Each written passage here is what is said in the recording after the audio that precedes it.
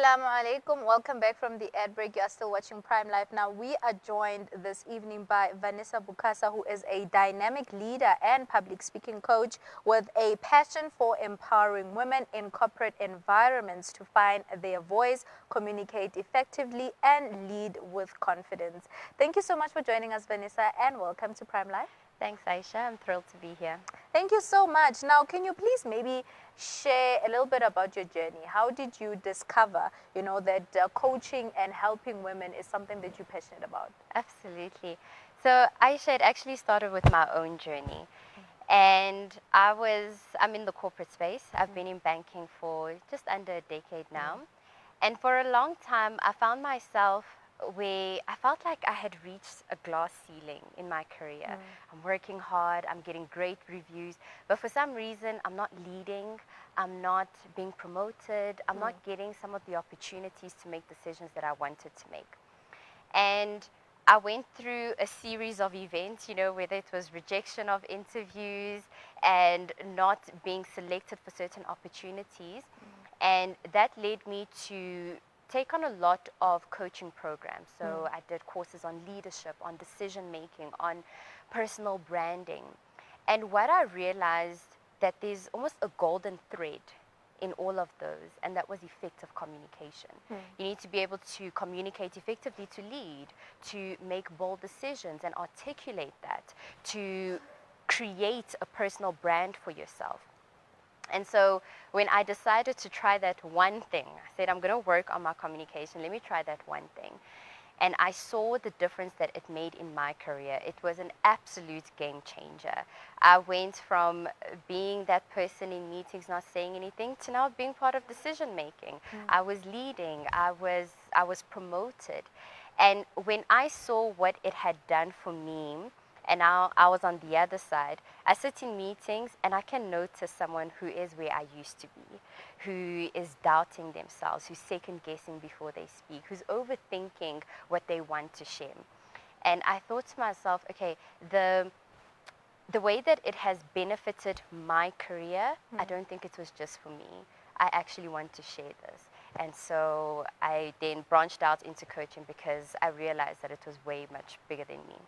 This is an interesting story. So did you eventually get promoted or something? Did. Oh, I girl, did. see, it worked. Okay, we'll get into that. But as obviously you coach people, you come across different stories, and what is the most common thing that you think is an obstacle amongst women who are unable to communicate their needs in their workspaces? What common traits do you see in these women?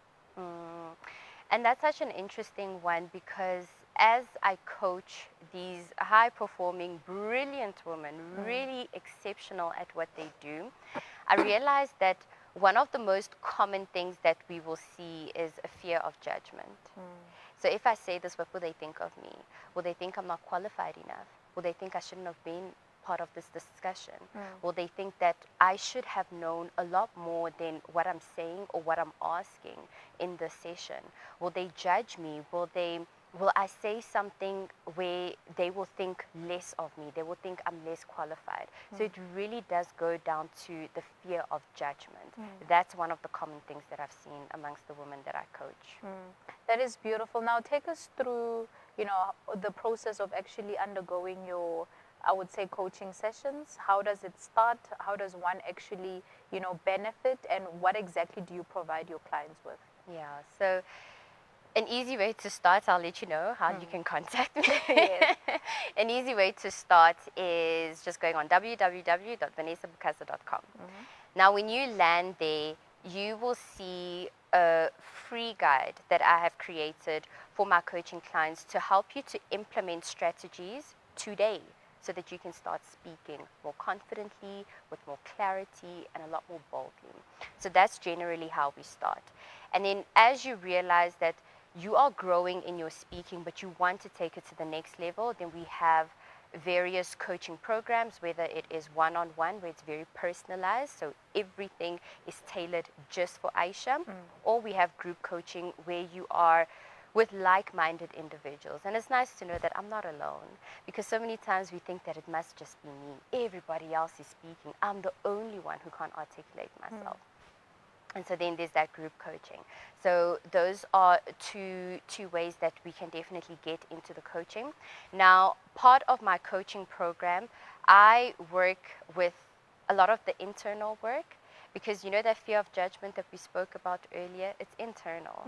So working a lot on what's actually going on the inside, because a lot of the way that you express yourself and that you speak and that you show up is really just a reflection of what is happening internally. So we do the internal work and then we go externally. So then we work on the techniques and the tools. This is how I start my messages. This is how I structure my thoughts. This is how I structure a message. If I'm ever asked a difficult question and I don't have the answer, how do I respond in such a way where Aisha still trusts that I have value to bring to the conversation, and she doesn't completely disqualify it, like, no, I don't trust you anymore. So that's really how we work. That is beautiful. And now, in terms of, strategies, or let's say communication tactics, can you maybe share with us some of the most common ones that you share with your clients, just so that women that are watching right now who want to empower themselves and be confident in their workspaces can start applying them? Yeah. My favorite one is pausing. And pausing is so powerful because it has so many benefits. Before you speak, while you are speaking, when you finish speaking, pause, because it really allows you to collect your thoughts, firstly. Sometimes our minds are just racing so fast and our mouths can't keep up, and that's when we're speaking and we've got the because you're trying to remember what you wanted to say. Pause in that moment. It allows you to recollect your thoughts. Another thing that pausing does is that it allows the person listening to you or your audience to digest what you've just said. You know, there are studies that show that the number of words that we can speak in a minute is way more than the number of words that we can hear in a minute. So if you think about that, the person that you're speaking to, you're just going through everything and you're just rambling, they're probably not catching the essence of your message. So when you pause, you actually give them a moment to just digest what you've just said. And then finally, with pausing as well, it allows you to create some sort of anticipation. If I come to you and I'm like, Aisha, I've got great news for you. Today, you're like, what just happened? But if I say, Aisha, I have news, then you're like, girl, what's the news? Yeah. So pausing is such a powerful technique, and that is something that you can implement right now. That is beautiful. I mean, just from the way you're speaking, I'm already sold. I'm like, I need to start these coaching sessions, because clearly you are embodying it yourself, which is beautiful. I mean, in the workspace or corporate spaces, there's often a perception that a woman has to have more of an aggressive, approach in the way they communicate their needs, or have this masculine energy about them so that you can be heard. Because otherwise, if you are like feminine and you still, soft-spoken or whatever, nobody's going to listen to your needs. What do you have to say about that? Is that something that works? If not, what is the solution? I think what's so interesting about what you're saying, and yes, I've seen it, I've heard it. What's interesting about what you're saying is that so many people think that when they're learning how to speak, when they're on the speaking journey, that they have to sound like somebody else. So you look at the people in power, you look at the people who are influential, and if they look a certain kind of way, if they sound a certain kind of way, if they are a certain gender, then you think you have to be that. But that's not the truth. What you have to be is the bold version of you. What does Aisha sound like when she's bold? How do we experience Aisha when she trusts herself, when she has belief in what she is saying? When people are listening to you, they're listening to you not for their good health. They're listening to you because they need some sort of information. They need to make a decision. They need to take an action. They need to get some sort of knowledge. So instead of being aggressive, aim to be clear. Because when you're very clear, people appreciate that. If I know that every meeting I go in with Aisha, she will tell us exactly what the vision is, exactly how we're going to go ahead and do that, you don't have to be aggressive for that. Clarity is what is actually so much more powerful. That is beautiful. And just to expand more on that, tell us how a person or a woman particularly can be able to communicate with assertiveness, but while also maintaining their authenticity. Absolutely, absolutely. So when you communicate assertively, you are actually being authentic. When we hear assertiveness, sometimes we think it means that I have to be aggressive, it's my way or the highway. That's not what assertiveness is. Assertiveness means that in the way that we're communicating, I respect you, but I also respect me. Because so many times we will be a bit more passive, where I will only respect Aisha because Aisha is the one who's the manager. So if Aisha says this, this is how we're going to go ahead with it. But in this conversation, if I also respect myself, the value that I bring to the conversation, then I can easily challenge and say, Aisha, I have a different perspective. Can we explore that? Aisha, I have a question. Aisha, I have some expertise on this. Can I share just some of my thoughts on that? So that's what is being assertive, respecting the other person and respecting yourself. One of the ways that you can really be assertive in your communications is to stop diluting your value. Stop diluting your contribution. Saying things like, I don't know if I'm the expert, but I think I don't know if this is the right platform, but can I ask a question? I don't have much expertise in this, but I think, no. You can say, from my perspective, this is how I see it. I have a question. That's it. No, I don't know. I have a question. Or you might not have all the knowledge on something, but you can say, from what I've read on this topic, from what I've experienced on this topic, these are my thoughts. And you actually share those thoughts. But knowing that your voice matters too, that's what being assertive is. And when you are able to share your story because you know that your voice matters, you're being authentic. That is so amazing. I mean, I could listen to this coaching session. I feel like I'm getting a free coaching session myself. I'm going to put you in a spot to say, if there is someone that wants to kind of communicate the fact that, listen, I've been here, I've been performing well, I deserve a promotion. What is the professional way of going about it? Yeah. So I think those conversations are very important, and I always encourage it. And a lot of having a fruitful conversation is also the preparation around it. So as you're going into this meeting with your manager and you want to talk about a promotion, don't just come and say, I want a promotion, I want more money. How much money do you want? Have you made your calculations? Do you know? What have you contributed that also warrants it? How can you position yourself in such a way that it is almost a no-brainer?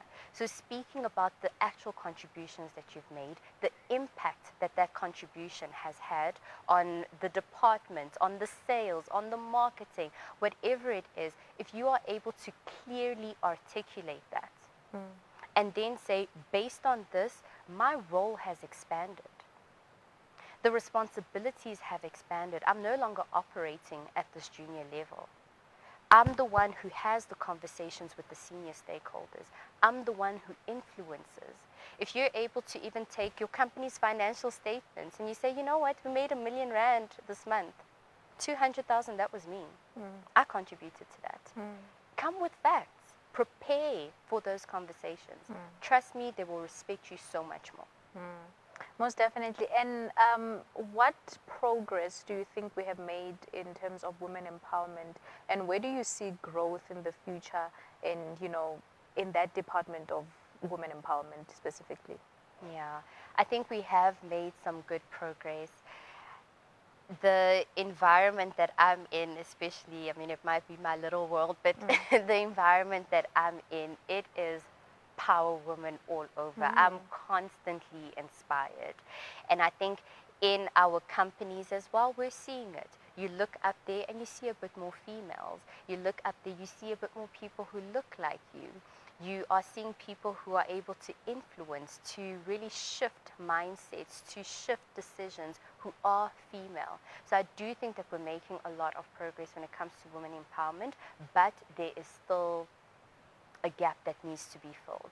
Whether it is women who experience almost a a slowdown in their career because they had to take maternity leave, whether it's women who are primary caregivers, whether it's women who are still struggling with being previously disadvantaged in a lot of these corporate spaces. I think there is still a lot of work to bring everyone up to playing field, but there has been some good progress that has been made. And what do you think the society can do, or even women themselves can do, to make sure that we continue contributing towards women empowerment and we continue seeing women dominating in spaces that are usually male dominated? You have to speak up. You have to speak up and you have to show up confidently, boldly, and authentically. You. Because if we want decisions to be more representative of all of us, if we want the outcomes of certain discussions to be more colorful, to be more flavorful, then the input has to be there. Your voice needs to be there. We have to have the diversity in the voices, in the conversations, if we want a different output. You know, there are people that will shift or will do certain things purely because Aisha said it. And if Aisha did not speak, that person was probably not going to do anything. So I want for women to learn to start trusting their voice, trusting their value, trusting the expertise, the knowledge, the insights, the experience, the perspectives, everything that they bring to the table, and know that they're there for a reason and that they absolutely belong. And when you're at that table, we're not going to be decoration anymore. We're here to speak. We're here to be heard. We're here to shift as well. So your input in there results in a better output. And Vanessa, this has been an amazing conversation. Thank you so much for your time and for sharing your knowledge, specifically on how women can empower themselves in a workspace. So thank you for your time. Thank you so much, Aisha. Visit home. That was Vanessa. I mean, this was a beautiful conversation. Make sure that you do actually implement, the advice that she just gave. But also on that note, it's maybe time for you to also embark on a journey with her, with her coaching sessions, and just be the better version of yourself so that you make sure that you can climb those corporate ladders with ease and confidence, most of all, and to start speaking up is something that she has highlighted so much. And I hope that is something that you also get to take away on tonight's segment. But without wasting any time, let's go to a quick break. We'll see you right after this.